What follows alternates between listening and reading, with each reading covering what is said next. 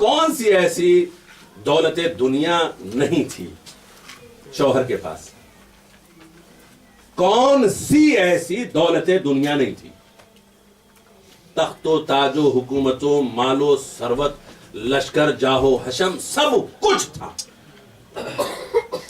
لیکن دوسری طرف ایمان۔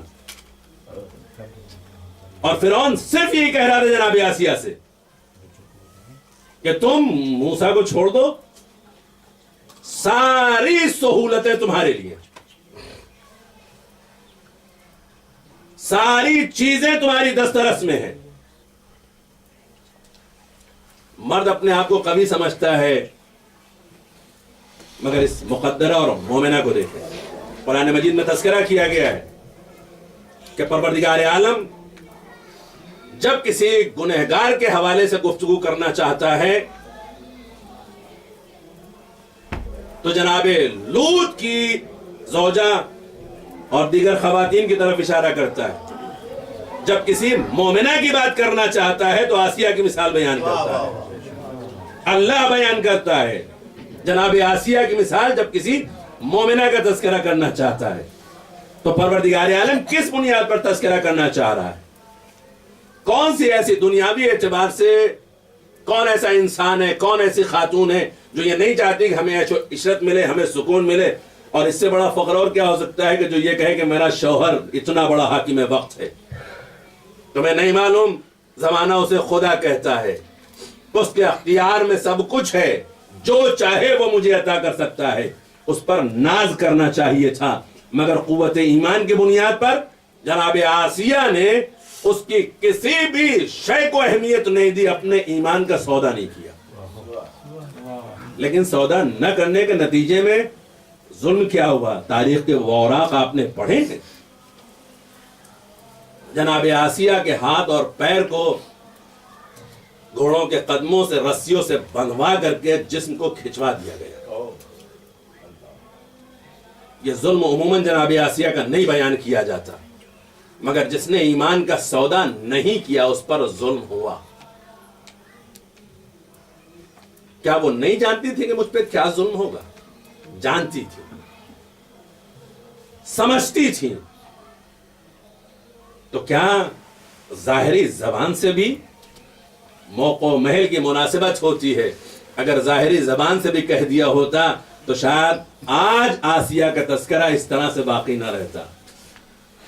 جس طریقے سے قدرت نے آج رکھا ہے کہ جو ظاہر بھی اور باطن بھی عمل کے ذریعے سے بتا رہی ہے کہ اہمیت ایمان کو سمجھو، ایمان کی ویلیو کو سمجھے، دنیا کی کوئی بھی شے ایمان کے مد مقابل نہیں ہو سکتی۔ یہ وہ دولت ہے، یہ وہ دولت ہے جس کا سودا کہیں نہیں ہو سکتا ہے۔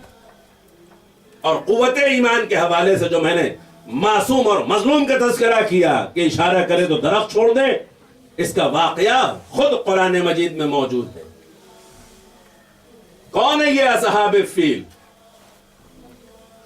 جن کے بارے میں اللہ نے بیان فرمایا ہے؟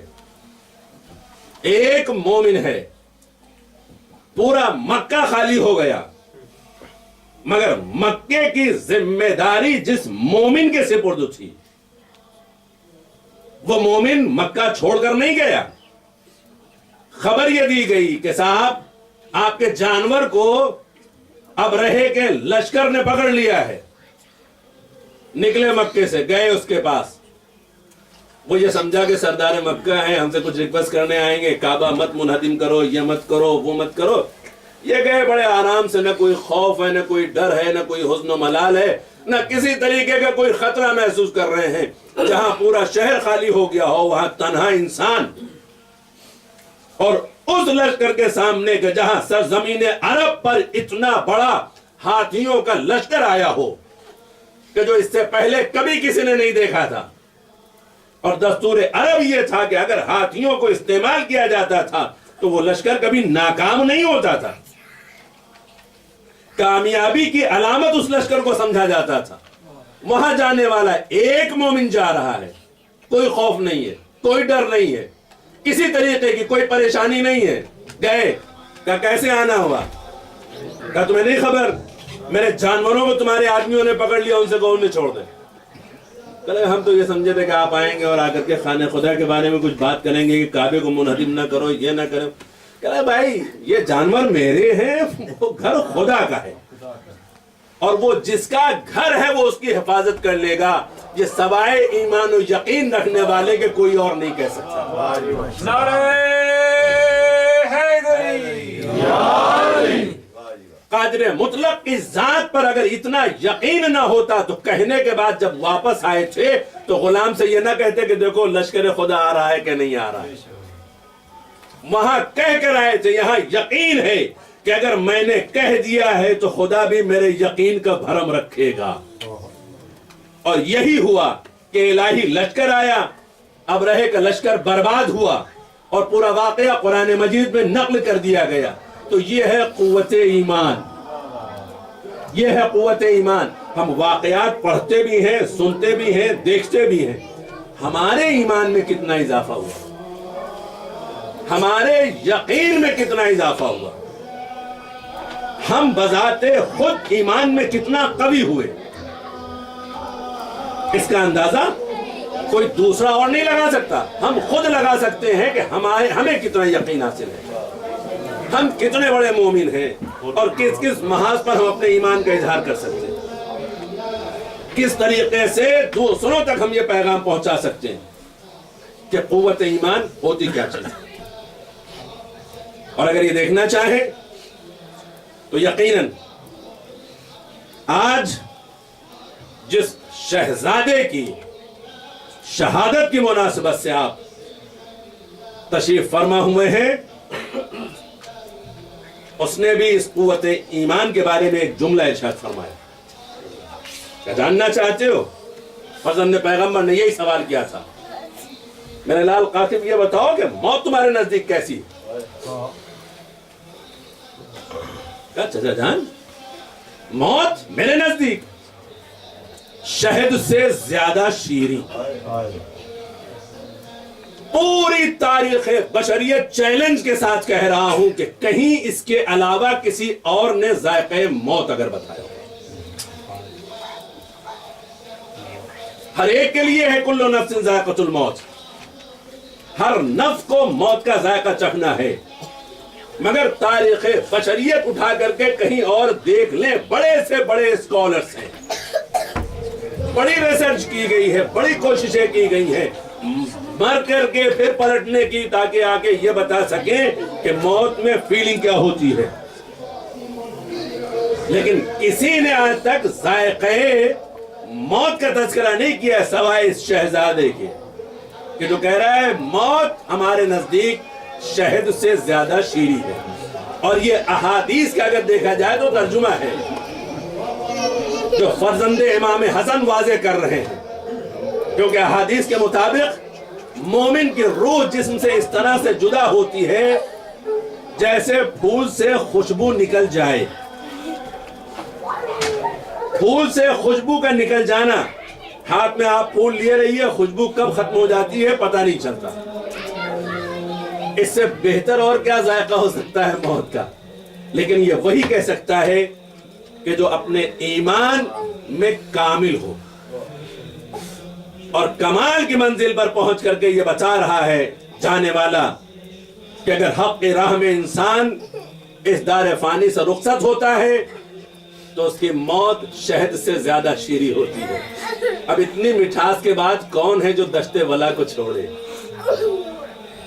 اس شیرینی کو محسوس کرتے ہوئے کون ایسا ہے جو فرزند زہرا کو چھوڑے اور زمانے کی ان کڑواہٹوں میں جا کر کے اپنی زندگی کو مبتلا کرے؟ یہ اظہار صرف جناب قاسم نے کیا تھا، جبکہ جانتے سب تھے اس حقیقت کو، سب پہچانتے تھے، سب واقف تھے کہ اگر ہم نے فرزند زہرا پر اپنی زندگی قربان کر دی تو ہماری موت اس حیات ابدی میں منتقل ہو جائے گی کہ جس کے بارے میں انسان سوچ بھی نہیں سکتا کہ اللہ نے ہمیں کیسی زندگی دے دی ہے. اس کی طرف سے رزق بھی ملے گا اور ہم زندہ بھی رہیں گے. تو اس حقیقت کو جانتے ہوئے جو جانتے تھے یہ وہی تھے کہ جو ایمان میں کامل تھے، اہمیت ایمان کو جانتے تھے، مقام ایمان کو پہچانتے تھے. ویلو پہچانتے تھے، مومن کی ویلو کیا ہوتی ہے، مومن کی حیثیت کیا ہوتی ہے، جس کے نتیجے میں لیکن اس مقام کے لیے انتظام و اہتمام کس طرح سے کیا گیا، کس طریقے سے تیاری کی گئی ہے جانتے ہیں آپ؟ امام حسن علیہ السلام کی شہادت 40 ہجری میں، 50 ہجری میں، 40 ہجری میں امیر المومنین کی شہادت، 50 ہجری میں امام حسن کی شہادت، اور 50 ہجری جب امام حسن کی شہادت ہے تو کس طرح سے جگر کے 72 ٹکڑے تشتے تلا میں گرے. جو زہر جادہ بنت اشس کے ذریعے سے دلایا گیا، اس زہر کا اثر، لیکن اس کیفیت میں بھی جس امام نے تاریخ کربلا لکھی تھی اپنے جگر کے ٹکڑوں کے ذریعے سے، اس امام نے ایک تحریر بھی لکھی ہے. تاریخ کربلا جگر کے ٹکڑوں سے لکھی ہے، تحریر اپنے ہاتھ سے لکھی ہے، اور لکھنے کے بعد اپنے اس شہزادے کے بازو پر باندھی کہ جس کی عمر صرف 3 سال ہے، اور بعض روایتوں کے مطابق 4 سال، 3 یا 4 سال کا بچہ. مگر ماں کو یہ تاکید ہے کہ اس تعویذ کا خیال رکھا جائے، یہ تعویذ گم نہ ہونے پائے. اس تعویذ میں میری طرف سے وہ ہدایت موجود ہے جو اس بچے کی زندگی کی ضمانت ہے. اس تعویذ میں، یعنی جہاں جگر کے ٹکڑوں سے تشت طلا میں تاریخ کربلا لکھی گئی ہے، وہیں جناب قاسم کے لیے تحریر لکھ کر کے بھی امام بتا رہے تھے کہ اگر میں جانتا ہوں تو میرا نمائندہ بھی ہونا چاہیے. اور یہی نہیں کہ صرف ایک ہی لال امام حسن کے درجہ شہادت پر فائز ہوا ہے، اور بھی کئی لال ہیں. روایتوں کے مطابق 4 فرزند امام حسن کے دشت کربلا پہ درجہ شہادت پر فائز ہیں، لیکن جناب قاسم کا تذکرہ زیادہ کیا جاتا ہے کیونکہ یہ بڑے تھے. اور بڑے بھی کتنے ہیں؟ ہر مورخ نے یہی لکھا ہے کہ یہ ابھی سن بلوغ تک نہیں پہنچے تھے. ان کی عمر یا 13 سال ہے یا 14 سال ہے، اس سے زیادہ نہیں ہے. مگر دشت کربلا کے اوپر جو لال یہ جانتا تھا امام حسن کا کہ موت شہد سے زیادہ شیریں ہے، وہ دشت کربلا پہ جب ٹہل رہے تھے تو تلوار اپنی ہاتھ میں نکالے ہوئے اور کربلا کی زمین پر ٹہلتے ہوئے یہ جملہ مورخین نے مقاتل میں لکھا ہے، کہتے جاتے تھے جب تک میرے ہاتھ میں تلوار باقی ہے میرے چچا کی طرف کوئی نظر اٹھا کر نہیں دیکھ سکتا، میرے چچا پر کوئی آنچ نہیں آ سکتی، میرے چچا پر کوئی زخم نہیں آ سکتا. جب تک میرے جسم میں جان باقی ہے، جب تک میرے ہاتھوں میں یہ تلوار سلامت ہے. یہ ہے جناب قاسم جیسے بھتیجے کی تمنا، یہ ہے جناب قاسم کا جذبہ جو یہ کہہ رہا ہے کہ کچھ بھی ہو جائے میں اپنی زندگی تو قربان کر سکتا ہوں مگر امو پر آنچ نہ آنے دوں گا، چچا پر آنچ نہ آنے دوں گا، چاہے جیسا مرحلہ پیش آ جائے. اور بار بار اپنے بھائیوں سے بھی کہتے رہے دیکھو بھائیوں گھبرانا نہیں ہے، تمہیں قدم آگے بڑھانا ہے. اگر میں درجہ شہادت پر بھی فائز ہو جاؤں تب بھی میرے بعد تمہیں آنا ہے. اور یہی وجہ ہے کہ عبداللہ بھی آئے، اس کے بعد احمد بھی آئے ہیں، اور دیگر وہ بھائی جو جناب قاسم کے دشت بلا میں موجود تھے انہوں نے درجہ شہادت پر اپنے آپ کو پیش کیا. مگر جناب قاسم کے لیے مقاتل کے عجیب جملے ہیں. بار بار آتے تھے مولا کی خدمت میں اور کہتے جاتے تھے مولا مجھے بھی اذن جہاد دے دیجئے، چچا مجھے بھی اذن جہاد دے دیجئے. امام کہتے تھے میرے لال قاسم تمہاری ماں کے لیے کیا بھائی حسن کا درد کافی نہیں ہے؟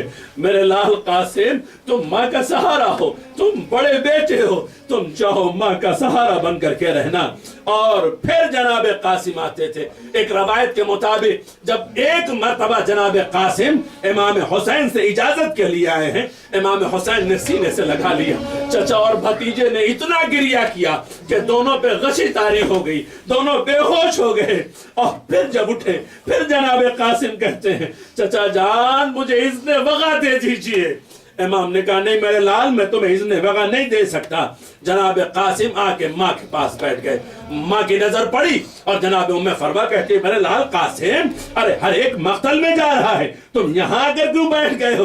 کہا ماں بار بار میں نے چچا سے درخواست کی ہے, چچا نے مجھے اذن وغیرہ نہیں دیا ہے, اگر ممکن ہو تو آپ مجھے اذن وغیرہ دلا دیجئے, میں مقتل میں جانے کے لیے تیار ہوں.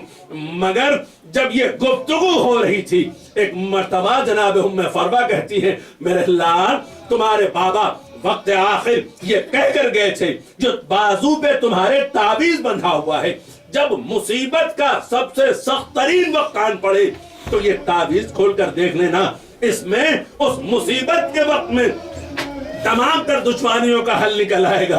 اور اس سے بڑی اور کون سی مصیبت ہو سکتی ہے, اس سے بڑا اور کون سا امتحان ہو سکتا ہے, اس سے سخت اور کون سی منزل ہو سکتی ہے. بازو قاسم سے تعویذ امام حسن کھولا گیا, بابا کی تحریر پڑھی میرے لال قاسم دشت بلا میں جب بھیا حسین پر وقت آن پڑے میں نہ رہوں گا, تمہیں میری طرف سے فدیہ ہونا ہے. ارے جیسے ہی بابا کی تحریر پڑھی خط لیا مسکراتے ہوئے ماں کے پاس سے چلے. امام کی نظر قاسم پہ پڑ گئی, ایک عجیب حسرت و یاد سے بھتیجے کو دیکھا, کہا میرے لال خیر تو ہے؟ ارے بڑی مسرت کے ساتھ آ رہے ہو؟ کہا ہاں چچا جان بابا کی تحریر لے کر کے آ رہا ہوں. امام حسین نے اپنے بھائی حسن کی تحریر دیکھی, میرے بھائی حسین دشت بلا میں نہ رہوں گا, میری طرف سے میرے قاسم کو فدیہ بنا دینا. ارے اتنا سننا تھا. اس تحریر کو دیکھنے کے بعد جناب قاسم کو خود سوار کر کے امام نے مقتل کی طرف بھیجا. یہ امام حسن کا شہزادہ مقتل میں پہنچا ہے, سب سے جری بہادر ارزق شامی نامی بہادر شامی پہلوان تھا, اس کے 4 بیٹے تھے.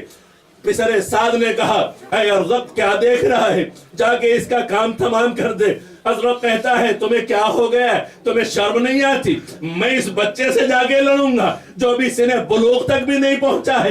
اگر تو بھیجنا ہی چاہتا ہے میرے 4 جوان موجود ہیں, میں ان میں سے کسی ایک کو بھیجتا ہوں. ایک ایک آ کر کے 4 واصل جہنم ہو گئے. ازرق بھی اترا اور اس کے بعد جیسے ہی ازرق میدان میں آیا ابوالفضل العباس جناب قاسم کے پشت پہ آ گئے. میرے لال گھبرانا نہیں, تم جانتے ہو نا تم میرے شاگرد ہو, میں نے تمہیں تعلیم دیا ہے, یہ کتنا ہی جری کیوں نہ ہو, کتنوں سے لڑنے والا کیوں نہ ہو, مگر پشت پر تمہاری میں موجود ہوں. جناب قاسم کی دلیری کو دیکھتے ہوئے جناب ابوالفضل العباس بار بار اشارے کرتے رہے. نتیجہ یہ نکلا کہ ازرق شامی بھی فی النار ہوا, اور جیسے ہی وہ فی النار ہوا دیگر لشکریوں نے حملہ شروع کیا. جناب قاسم آگے بڑھتے رہے. بعض روایتوں کے مطابق جناب قاسم ایک مرتبہ خیمے کی طرف بھی پلٹ کر آئے ہیں اور یہاں سے امام سے پھر رخصت ہو کر کے گئے ہیں. اور جب دوبارہ جنگ شروع کی ہے تو یہ امام حسن کا شہزادہ چاروں طرف سے نرغہ اعداء میں گھر گیا. نرغہ اعداء میں گھرنا تھا کیونکہ دشمن بھی جانتا تھا بنی ہاشم کا کوئی بچہ بھی ارے تنہا اگر اس سے لڑا جائے تو کامیابی نہیں ہو سکتی, اسی لیے چاروں طرف سے گھیر لیا جاتا تھا. اب تیر و تبر برس رہے ہیں, نشتر لگ رہے ہیں, نیزے پڑ رہے ہیں اور جسم زخمی ہوتا چلا جا رہا ہے. ارے جس طریقے سے پہلو شکستہ ہوا فرس سے زمین کی طرف آنے لگے, صدا دی یا اماں ادرکنی, چچا جان میری مدد کے لیے آئیے. ادھر سے شیر کی طریقے سے حسین بڑھے. ارے دشمنوں میں بھگدڑ مچی, ایک طرف کے جانور دوسری طرف گزر گئے, اس طرف کے گھوڑے دوسری طرف پہنچ گئے. ارے یہ حسن کا شہزادہ گھوڑوں کے سموں میں کچل کے رہ گیا. جب حسین بھتیجے کے قریب پہنچے آواز دی میرے لال قاسم, ارے میں بہت شرمندہ ہوں, تم نے صدا دی میں نہ پہنچ سکا, میرے لال کچھ تو بولو. مگر زخموں سے چور چور قاسم ابھی کوئی صدا نہیں آ رہی تھی. ایک مرتبہ جو آنکھ کھولی چچا کے چہرے پہ نظر پڑی, مسکرا کے اس دار فانی سے رخصت ہو گئے. اور امام حسین نے اپنی ابا اتاری، دشت کربلا پہ بچھا دی، ارے جسم کے بکھرے ہوئے ٹکڑوں کو جمع کرنا شروع کیا۔ ایک شب کا بیاہ قاسم، ارے ابھی مقتل میں گیا تھا، سہرے بکھر گئے، جسم ٹکڑوں میں بٹ گیا۔ امام نے گٹھری اٹھائی، ارے پوسٹ میں رکھ کے لے کے خیمے کی طرف بڑھے۔ جناب ام فروا کے قریب خیمے میں لا کے لاشا رکھ دیا گیا۔ بیویاں قریب آ گئی، ام فروا کے سر سجدے میں، بار الہ فدیہ قبول ہوا۔ ثانی زہرا نے ماتم شروع کیا، واہ قاسمہ واہ محمد یا حسین یا حسین یا حسین یا حسین یا حسین یا حسین یا حسین یا حسین قاسم پہ بولی سکینہ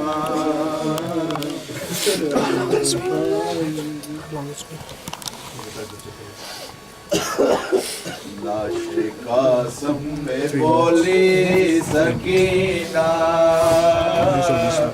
گھر چلو باری مہندی سب پڑھو۔ لاش قاسم پہ بولی سکینہ گھر چلو باری مہندی لگا لو۔